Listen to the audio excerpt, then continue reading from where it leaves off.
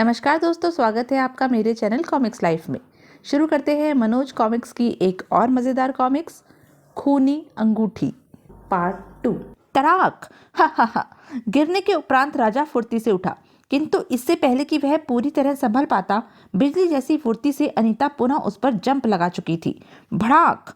किंतु फिर राजा ने भी फुर्ती से संभलकर अनीता पर जंप लगा दी, लेकिन राजा अनीता के सामने पुनः मात खा गया। अनीता ने बड़ी सफाई से खुद को राजा के आक्रमण से बचाया और बिजली बनकर उस पर टूट पड़ी। तभी ब्रिगेंजा ताली बजाता हुआ आगे बढ़ा। Well done Anita, well done. Thank you sir. क्यों राजा, अब तो तुम्हें यकीन हुआ कि अकेली अनीता कम से कम 10 आदमियों को लोहे के चने चबवा सकती है? रियली मिस्टर ब्रिगेंजा, मैं कबूल करता हूँ। थैंक यू राजा। कुछ देर बाद वे तीनों आमने सामने सोफों पर बैठे हुए थे। उन लोगों के बीच उस अंगूठी के विषय में ही बात हो रही थी। मैं तुम्हारी पूरी योजना समझ चुका हूँ ब्रिगेंजा। अब हमें इतना और बता दो कि हमें यहाँ से कब रवाना होना है। यही मैं भी सोच रहा हूँ। मेरा ख्याल तो यह है बॉस कि हम लोग जितनी जल्दी इस मिशन पर रवाना हो जाएं उतना ही बेहतर होगा। ठीक है, मैं सुबह तक तुम लोगों की यात्रा की तैयारी कर दूंगा। तुम लोग सुबह 7 बजे तैयार रहना। ओके। फिर अगली सुबह राजा व अनीता अपनी उस खतरनाक यात्रा के लिए तैयार थे। तुम्हारी ज़रूरत का सारा सामान पैक कर दिया है, चेक कर लो। ओके। फिर राजा और अनीता वैन द्वारा अपनी मंजिल विक्रमगढ़ की तरफ रवाना हो गए। विक्रमगढ़ यहाँ से 520 किलोमीटर दूर है। यह सफ़र हमें हर हालत में रात 10 बजे से पहले पूरा कर लेना होगा। दूसरी तरफ ब्रिगेंजा अपने कमरे में किसी को फ़ोन कर रहा था। मैं राजा नाम के एक चोर को वह अंगूठी चुराकर लाने के लिए भेज चुका हूँ डॉन। तुम $1 करोड़ तैयार रखना। डॉलर की तुम चिंता मत करो, लेकिन अगर राजा वह अंगूठी लाने में सफल न हो सका तो?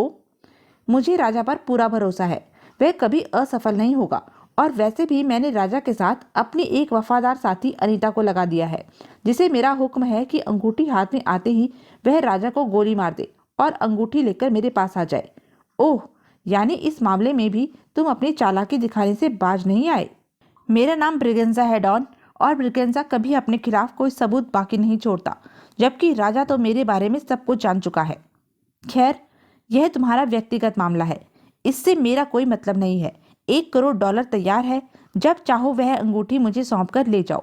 उधर 240 किलोमीटर चलने के बाद रास्ता काफ़ी खराब हो गया था, अतः राजा को वैन की स्पीड कम करनी पड़ी। क्या बात है राजा, तुमने स्पीड क्यों कम कर दी? तुम देख ही रही हो अनीता कि रास्ता कितना खराब है। तुम काफ़ी थक गए होंगे। अगर तुम कहो तो कुछ देर के लिए वैन मैं ड्राइव करूं? इतने में तुम आराम कर लो। नहीं, मैं इतनी जल्दी थकने वाला नहीं हूँ। अच्छा, एक बात बताओ, तुम ब्रिगेंजा जैसे इंसान की साथी कैसे बन गई? मैं एक अनाथ लड़की हूँ। पेट की आग बुझाने के लिए ही मुझे यह जुर्म का रास्ता अपनाना पड़ा। क्या तुम्हें मौत से डर नहीं लगता अनीता? मौत से डर कैसा राजा? मौत तो एक सच्चाई है जो एक न एक दिन सामने आनी ही है। फिर इस दुनिया में मुझे रोने वाला मेरा है ही कौन, जिसके कारण मैं जिंदा रहने की ख्वाहिश रखूं? मुझे तुमसे हमदर्दी है अनीता। वैसे मैं भी इस दुनिया में बिल्कुल अकेला हूँ। ओह! उन लोगों को विक्रमगढ़ पहुंचने में रात के 11 बज गए थे। विक्रमगढ़ पहाड़ों के दामन में बसा एक आधुनिक नगर था। राजा ने अपनी वैन एक होटल के सामने रोक दी। वैन से उतरकर राजा और अनीता होटल में दाखिल हुए। काउंटर के पीछे होटल का मैनेजर खड़ा था। हमें एक रूम चाहिए। You are welcome sir. फिर आवश्यक खाना पूर्ति करने के बाद मैनेजर ने वेटर को बुलाया। वेटर, साहब का सामान रूम नंबर 114 में ले जाओ। Yes sir. मैं आपसे एक बात पूछना चाहता था मिस्टर मैनेजर। हमने सुना है कि यहाँ के भूतपूर्व महाराजा अभय सिंह के पास दुर्लभ वस्तुओं का एक म्यूजियम है। आपने ठीक सुना है। क्या महाराज हमें उस म्यूजियम को देखने की इजाज़त देंगे? सॉरी, महाराज उस म्यूजियम को देखने की इजाज़त किसी को नहीं देते। फिर राजा ने इस संबंध में और कोई बात नहीं की। वह अनीता के साथ कमरे में चला गया। राजा के जाते ही मैनेजर ने फ़ोन का रिसीवर उठाया और जल्दी जल्दी किसी के नंबर डायल करने लगा। हेलो, मैं होटल ब्लू स्टार का मैनेजर बोल रहा हूँ। मैं हिज हाइनेस से बात करना चाहता हूँ। 1 मिनट होल्ड करो। 1 मिनट बाद रिसीवर पर अभय सिंह का गुर्राहट भरा स्वर उभरा। क्या बात है मैनेजर? हिज हाइनेस, अभी अभी मेरे होटल में एक जोड़ा आकर ठहरा है। वह मुझसे आपके म्यूजियम के बारे में पूछताछ कर रहा था।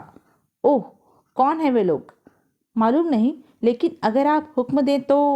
नहीं, तुम्हें कुछ करने की ज़रूरत नहीं है मैनेजर, हम खुद उन्हें देख लेंगे। कोई हमारी नाक के नीचे हमारे म्यूजियम पर नजर रखे, यह हमारे लिए मामूली बात नहीं है। जो आज्ञा। मैनेजर ने फोन का रिसीवर रख दिया। दूसरी तरफ मैनेजर की इस हरकत से बेखबर राजा और अनीता रूम नंबर 114 में पहुंचे। हम लोग विक्रमगढ़ तक तो पहुंच गए, अब आगे क्या करना है? कल सुबह सबसे पहले मैं वो किला देखना चाहता हूँ, उसके बाद ही कोई योजना बन सकती है। लंबे सफर के कारण राजा और अनीता थककर चूर हो चुके थे, अतः अनीता बेड पर तथा राजा सोफे पर लंबा हो गया। शीघ्र ही दोनों को गहरी नींद ने अपने आगोश में समेट लिया। तभी कमरे की खिड़की आहिस्ता से खुली और कुछ नकाबपोशों ने चोरों की तरह कमरे में प्रवेश किया। उन नकाबपोशों ने राजा और अनीता को घेरे में ले लिया। चुपचाप इन्हें बेहोशी की दवा सुंघाकर इनके हाथ पैर बांध दो और ले चलो। एक नकाबपोश जेब से क्लोरोफॉर्म का स्प्रे निकालकर राजा पर झुका, किंतु तभी राजा के जिस्म में बिजली जैसी हरकत हुई। आह! फिर राजा ने अपने पास खड़े शेष दोनों नकाबपोशों पर जंप लगा दी। हमें कैद करने आए थे बेटा, अब मार का स्वाद चखो। आह! ओह! उधर शोर सुनकर अनीता की आंख खुल गई थी। वह भी फुर्ती से उठकर खड़ी हो गई, किंतु जब नकाबपोशों ने स्थिति को अपने हाथ से निकलते देखा तो एक नकाबपोश ने जेब से रिवॉल्वर निकालकर हवा में फायर कर दिया। धाएं! अगले ही पल, खबरदार, अगर तुम लोगों ने कोई भी गलत हरकत की तो गोली मार दूंगा। रिवॉल्वर के सामने राजा और अनीता विवश हो गए। बांधकर ले चलो इन्हें। फिर वे नकाबपोश राजा और अनीता के हाथ बांधकर उन्हें होटल से बाहर लाए और उन्हें एक वैन में सवार कर दिया। अगले पल वैन अनजान मंजिल की तरफ दौड़ पड़ी। ये लोग कौन है राजा, और हमें कहाँ ले जा रहे हैं?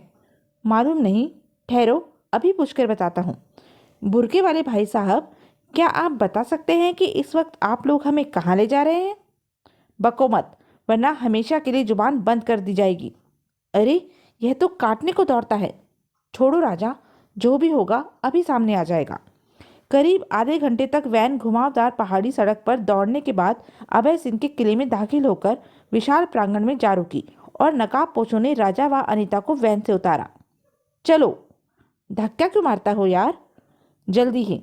सर, दोनों शिकार हाजिर है, तुम लोग जा सकते हो। Okay sir. छहों नकाबपोश राजा व अनीता को अभय सिंह के सामने छोड़कर हॉल से बाहर चले गए। तुम दोनों कौन हो? हम दोनों पति पत्नी हैं और हनीमून मनाने विक्रमगढ़ आए हैं, मगर आपने हमें इस तरह यहाँ क्यों बुलाया है? बको मत, मैं अच्छी तरह जानता हूँ कि न तो तुम दोनों पति पत्नी हो और न ही हनीमून मनाने यहाँ आए हो। तुम्हारा उद्देश्य कुछ और ही है। शायद तुम्हारी नज़र मेरे म्यूजियम पर है। बोलो, तुम लोग मेरे म्यूजियम से क्या चुराना चाहते हो? कहीं आप महाराज अभय सिंह तो नहीं? हालांकि अनीता और राजा पहले ही यह बात समझ चुके थे कि वह अभय सिंह के किले में पहुंच चुके हैं, किंतु फिर भी अनीता ने जानबूझकर यह प्रश्न पूछा था। हाँ, मैं ही अभय सिंह हूँ, मगर तुम लोग मुझे कैसे जानते हो? आपका बड़ा नाम सुना था और आपसे मिलने की इच्छा भी थी। होटल ब्लू स्टार का मैनेजर मुझे तुम लोगों के बारे में बता चुका है और इसी कारण मैंने तुम दोनों को पकड़वा कर यहाँ बुलवाया है। बोलो, तुम लोगों का मकसद क्या है? हमारा विश्वास कीजिए, हमारा कोई गलत मकसद नहीं। फिर अभय सिंह राजा व अनीता को तरह तरह से डरा धमकाकर उनकी जुबान खुलवाने की कोशिश करता रहा, किंतु वे दोनों इतनी कच्ची मिट्टी के तो बने नहीं थे जो अभय सिंह की धमकियों में आ जाते। अंत में अभय सिंह बुरी तरह झुंझला उठा। हालांकि किसी भी दुश्मन को जिंदा रखना मेरे उसूल के खिलाफ बात है, लेकिन फिर भी मैं तुम दोनों को उस वक्त तक जिंदा रखूंगा जब तक कि तुम जुबान नहीं खोल देते। सुबह तक अच्छी तरह सोच लो, वरना मुझे जुबान खुलवाने के और भी रास्ते मालूम हैं। फिर अभय सिंह ने अपनी कुर्सी के हत्थे में लगा एक बटन दबाया, जिसके परिणाम स्वरूप तुरंत वहां 2 गार्ड उपस्थित हो गए। इन दोनों को कैद खाने में डाल दो, लेकिन हमारी बात तो सुनिए। किंतु अभय सिंह ने उनकी एक नहीं सुनी और गार्डों ने उन दोनों को ले जाकर कैद खाने में डाल दिया। राजा, उस कमीने मैनेजर के कारण ही हम फंस गए। एक दृष्टि से यह अच्छा ही हुआ अनीता। वो कैसे? जरा सोचो, इस किले के अंदर दाखिल होने के लिए हमें कितनी मेहनत करनी पड़ती, लेकिन अब मंजिल खुद ही चलकर हमारे पास आ गई है। अब हमें यह करना है कि किसी तरह इस कैद खाने से निकलकर हम उस तहखाने तक पहुंच जाएं, लेकिन इसके लिए हमारे पास सिर्फ आज की रात का ही वक्त है। मगर इतनी जल्दी ये सब कैसे होगा? अगर इंसान चाहे तो क्या नहीं हो सकता। मेरे दिमाग में एक स्कीम है, अपना कान इधर लाकर सुनो। फिर राजा ने जो स्कीम अनीता को बताई, उसे सुनकर अनीता खुशी से उछल पड़ी। Wonderful idea. अगले ही पल अनीता ने राजा की उस स्कीम पर कार्य आरंभ कर दिया। अचानक वह दोनों हाथों से पेट पकड़कर जोर जोर से चिल्लाने लगी। हाय, मर गई! अरे, कोई मुझे बचाओ! अनीता की चीख सुनकर राहदारी में खड़ा गार्ड चौंका। बचाओ! अरे, उसे क्या हुआ? फिर गार्ड लपक कर कैद खाने के पास पहुंचा। क्या बात है? मेरे पेट में बहुत जोर का दर्द है, प्लीज मेरी मदद करो। ठहरो, मैं अभी तुम्हारे लिए कुछ करता हूँ। दरवाजा खोलकर गार्ड जैसे ही अंदर दाखिल हुआ, साइड में दीवार से चिपका खड़ा राजा बाज की तरह उस पर झपट पड़ा। भड़ाक! ओह! फिर राजा ने फुर्ती से गार्ड की गिरी हुई गन उठाई और उसे गार्ड के ही सीने पर तान दिया। हिलना मत, वरना इस गन की सारी गोलियां तुम्हारे सीने में उतार दूंगा। तो तुम ठीक नहीं कर रहे हो। बको मत, अगर जान प्यारी हो तो हम जो पूछें उसका जवाब दो। तुम्हारे महाराज अभय सिंह का म्यूजियम कहाँ है? मुझे नहीं मालूम। भड़ाक! आई! थोड़ी देर टॉर्चर करने के बाद अंत में गार्ड टूट गया। बताता हूँ, मुझे मत मारो। बको! फिर गार्ड उनके मतलब की सारी जानकारी उगलता हुआ चला गया। मतलब की जानकारी हासिल करने के बाद राजा ने गार्ड को बेहोश कर दिया और अनीता की तरफ पलटा। आओ चलें। चलो। राजा और अनीता उस कैद खाने से निकलकर सावधानी पूर्वक राहदारी में बढ़े। रास्ते में उनसे कई गार्ड टकराए, जिन्हें राजा और अनीता ने चुपचाप बेहोश कर दिया। तो यह थी अब तक की कहानी।